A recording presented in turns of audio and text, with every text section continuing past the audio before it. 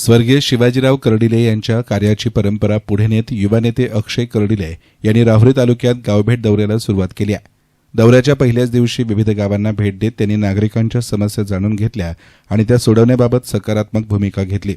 शुक्रवारी सकाळी बाबुळगाव येथील हनुमान मंदिरापासून दौऱ्याची सुरुवात झाली.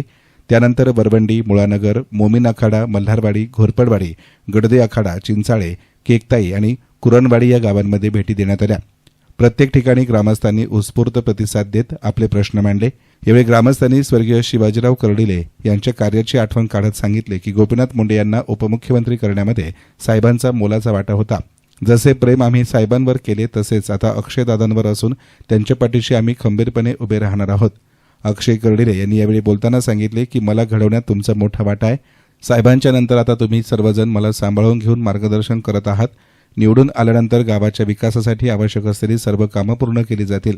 तसेच साहेबांप्रमाणे नेहमी तुमच्यासाठी मी सुद्धा आपल्या सेवेसाठी उपलब्ध असणार आहे.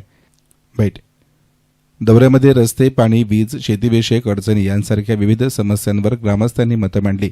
संबंधित प्रश्नांची नोंद घेऊन त्यावर लवकरात लवकर उपाययोजना करण्याचे आश्वासन अक्षय कर्डिले यांनी ग्रामस्थांना दिले.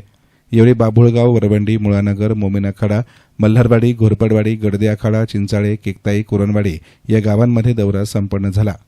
दरम्यान केंद्र आणि राज्यात सरकारच्या विविध कल्याणकारी योजना राबवण्यात येत आहेत. माहिती सरकारच्या माध्यमातून लाडकी बहीण योजनेसह अनेक योजना सुरू करण्यात आल्या. या योजनांचा लाभ सर्वसामान्य नागरिकांपर्यंत पोहोचवण्यासाठी अक्षय कर्डिले यांनी विशेष पुढाकार घेतला असून गावागावात जनजागृती करत लाभार्थ्यांना मदत केली आहे, असं मतही ग्रामस्थांमधून व्यक्त होत आहे.